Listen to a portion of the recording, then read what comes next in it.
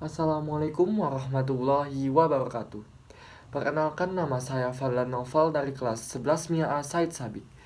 Sebelumnya, yang terhormat kepada Abi Muhammad Burhananggara sebagai guru pembimbing mata pelajaran sejarah. Kali ini, saya akan membahas tentang kebijakan pemerintahan Jepang di bidang politik. Pemerintahan Jepang membagi wilayah Indonesia menjadi 3 wilayah pemerintahan militer, yaitu 1. Wilayah Jawa dan Madura, pusatnya di Jakarta, di bawah pemerintahan pendudukan Tentara ke-16 Angkatan Darat Jepang atau Gunseibu, dipimpin oleh Jenderal Hitoshi Imamura. Yang kedua, wilayah Sumatera dengan pusatnya di Bukit Tinggi di bawah pemerintahan pendudukan Tentara ke-25 Angkatan Darat Jepang atau Rikuyun yang dipimpin oleh Jenderal Tanabe. Yang ketiga, wilayah Kalimantan, Sulawesi, Nusa Tenggara, Maluku, dan Irian Jaya. Pusatnya di ujung pandang berada di bawah pemerintahan pendudukan Armada Selatan Kedua Angkatan Laut Jepang atau Minseifu yang dipimpin oleh Laksamana Tadashi Maeda. Yang pertama, kebijakan politik pemerintahan Jepang pada masa awal pendudukan. Pada tanggal 20 Maret 1942 dikeluarkan peraturan yang membubarkan semua organisasi politik dan semua bentuk perkumpulan. Pada tanggal 8 September 1942 dikeluarkan Undang-Undang Nomor 2 mengendalikan seluruh organisasi nasional. Adapun organisasi-organisasi pembentukan Jepang tersebut antara lain sebagai berikut. Yang A, Gerakan 3A. Gerakan 3A yaitu Nippon Cahaya Asia, Nippon Pelindung Asia, dan Nippon Pemimpin Asia. Dicanangkan pada bulan April 1942, dipimpin oleh Hiroshi Suimizu atau seorang propagandis Jepang, dan Mr. Samsudin. Gerakan 3A tidak mampu bertahan lama karena rakyat Indonesia tidak sanggup menghadapi kekejaman militer Jepang. Yang B, Pusat Tenaga Rakyat atau Putra. Pada bulan Maret 1943, pemerintahan Jepang membentuk Pusat Tenaga Rakyat atau Putra yang dipimpin oleh 4 serangkai, yaitu Insinyur Soekarno, Dr. Andes Muhammad Hatta, Ki Hajar Dewantara, dan K.H. Mansur. Maksud didirikannya Putra adalah untuk memusatkan segala potensi masyarakat Indonesia untuk membantu Jepang dalam Perang Asia Timur Raya. Yang C, Himpunan Kebaktian Jawa atau Jawa Hokokai. Tanggal 1 Januari 1944, Putra diganti menjadi Jawa Hokokai. Jawa Hokokai merupakan pusat organisasi yang anggotanya terdiri atas bermacam-macam hokokai sesuai profesinya. Antara lain, yang pertama, Kyoiku Hokokai atau kebaktian para guru. Yang kedua, Izi Hokokai atau kebaktian para dokter. Yang ketiga, Fujinkai atau organisasi wanita. Yang keempat, Keimin Bungka Shidoso atau pusat kebudayaan. Yang kelima, Bochi Engokai atau tata usaha pembantu prajurit peta dan heiho. Yang keenam, Hokokai perusahaan. Tujuan organisasi Jawa Hokokai adalah untuk menghimpun kekuatan rakyat Indonesia untuk membantu Jepang memenangkan Perang Asia Timur Raya. Yang D, Badan Pertimbangan Pusat atau Chuo Sangiin.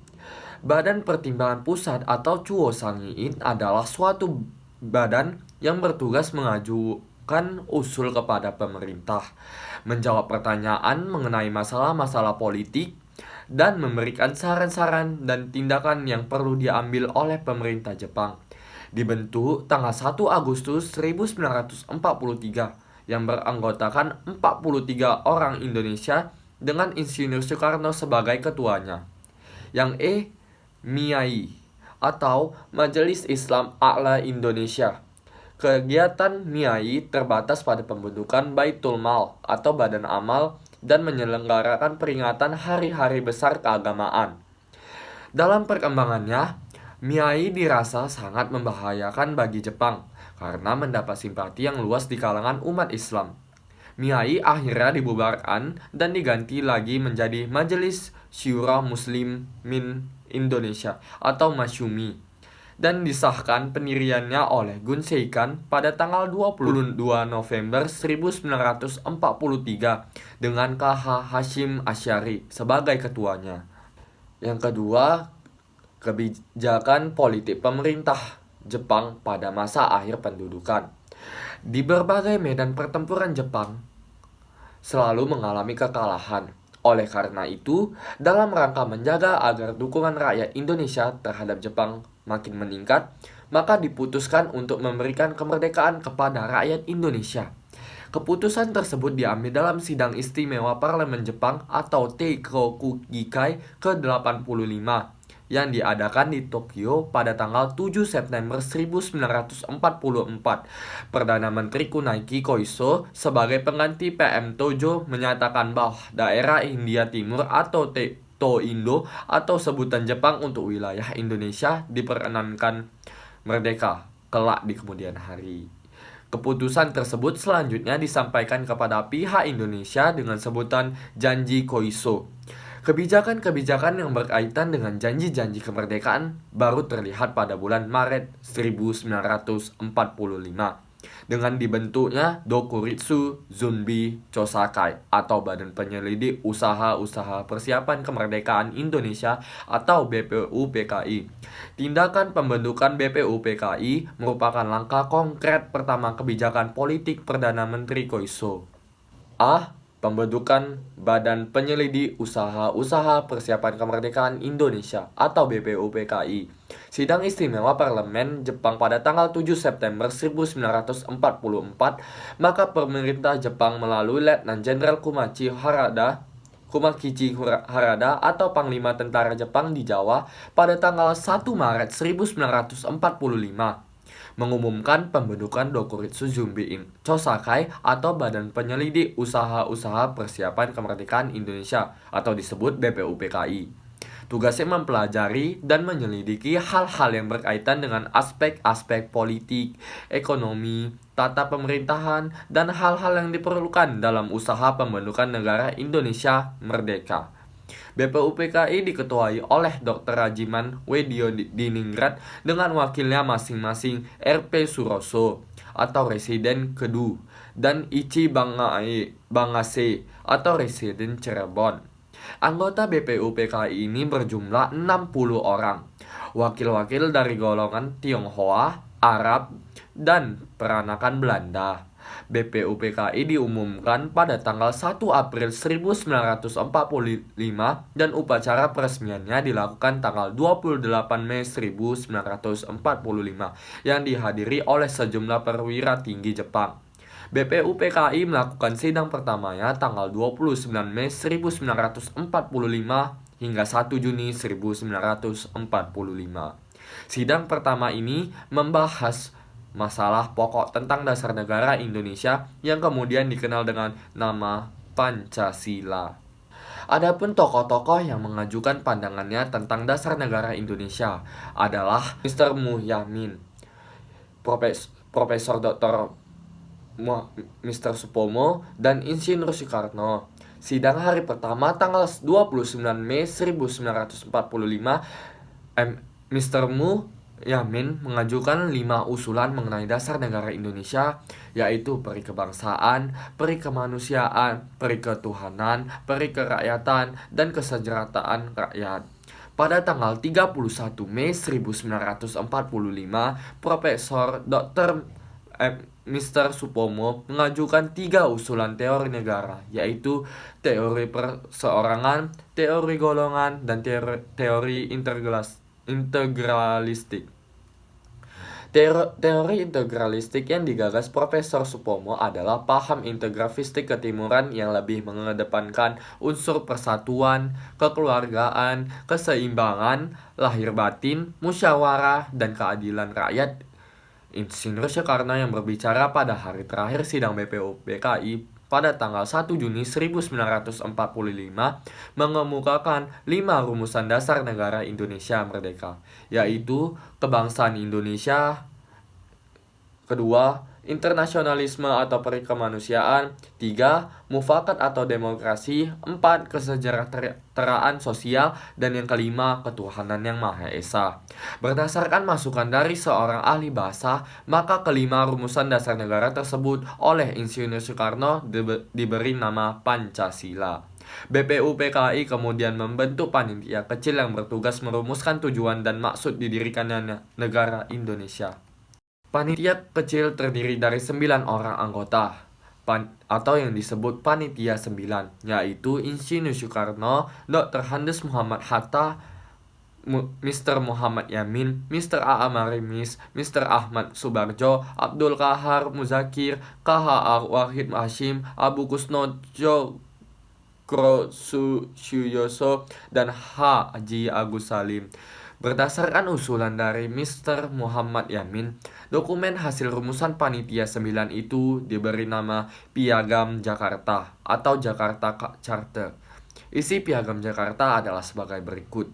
Yang pertama, ketahanan dengan kewajiban menjalankan syariat Islam bagi pemeluk-pemeluknya. Yang kedua, kemanusiaan yang adil dan beradab. Yang ketiga, persatuan Indonesia. Yang keempat, kerakyatan yang dipimpin oleh hikmat kebijaksanaan dalam permusyawaratan perwakilan. Yang kelima, keadilan sosial bagi seluruh rakyat Indonesia. Pada tanggal 11 Juli 1945, Panitia Hukum Dasar yang ditugaskan membahas masalah rancangan Undang-Undang Dasar 1945 membentuk panitia kecil yang diketuai oleh Profesor Dr. Mr. Supomo pada tanggal 14 Juli 1945. Insinyur Soekarno selaku Ketua Panitia Hukum Dasar melaporkan hasil panitia kecil kepada sidang yang isinya antara lain. Yang pertama, Pernyataan Indonesia Merdeka, yang kedua, pembukaan Undang-Undang Dasar, dan yang ketiga, batang tubuh Undang-Undang Dasar. Rancangan Pernyataan Indonesia Merdeka diambil dari 3 kalimat awal alinea pertama, rancangan pembukaan Undang-Undang Dasar. Sedangkan rancangan pembukaan Undang-Undang Dasar diambil dari Piagam Jakarta. BPUPKI telah menghasilkan pembukaan UUD, batang tubuh, tambahan, dan aturan peralihan. Pada tanggal 7 Agustus 1945, BPUPKI dibubarkan dan digantikan oleh Panitia Persiapan Kemerdekaan Indonesia atau disebut PPKI. B. Bentukan Panitia Persiapan Kemerdekaan Indonesia atau PPKI. Setelah BPUPKI dibubarkan, maka pada tanggal 7 Agustus 1945, pemerintah Jepang membentuk PPKI atau Panitia Persiapan Kemerdekaan Indonesia atau Dokuritsu Junbi Inkai.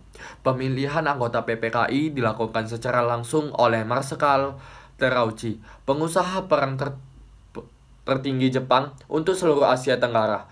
Dokuritsu Junbi Inkai atau PPKI berbeda dengan BPUPKI karena BPUPKI ditetapkan oleh Panglima Tentara ke-16 di Jawa, sedangkan PPKI ditetapkan oleh pengusaha perang tertinggi tentara Jepang di Asia Tenggara. Tanggal 9 Agustus 1945, penguasa tertinggi tentara Jepang di Asia Tenggara Marsekal Terauchi memanggil 3 tokoh pergerakan nasional, yaitu Insinyur Soekarno, Dr. Andes Muhammad Hatta, dan Dr. Rajimanwedioningrat untuk berangkat menuju markas besar Terauchi di Dalat, Vietnam Selatan. Tanggal 12 Agustus 1945, Marsekal Terauchi menegaskan bahwa pemerintah Jepang telah memutuskan untuk memberi kemerdekaan pada Indonesia pada tanggal 24 Agustus 1945 dengan wilayah meliputi seluruh wilayah bekas Hindia Belanda. PPKI beranggotakan 21 orang dan 12 orang dari Jawa, 3 orang dari Sumatera, 2 orang dari Sulawesi, dan masing-masing 1 orang dari Kalimantan, Sunda Kecil atau Nusa Tenggara, Maluku, serta 1 orang dari perwakilan golongan minoritas. Ketua PPKI ditunjuk Insinyur Soekarno dan Dr. Andes Muhammad Hatta sebagai wakilnya. Ahmad Subarjo sebagai penasihat PPKI Anggota PPKI ditambah menjadi 6 orang, sehingga anggota PPKI berjumlah 27 orang. PPKI telah dapat diambil alih dan dikendalikan oleh pemimpin-pemimpin Indonesia, sehingga menjadi alat perjuangan rakyat Indonesia. Bangsa Indonesia memproklamasikan kemerdekaannya tanpa campur tangan Jepang pada tanggal 17 Agustus 1945. Mungkin sekian dari saya. Lebih kurang mohon maaf. Wabillahi taufiq wal hidayah. Wassalamualaikum warahmatullahi wabarakatuh.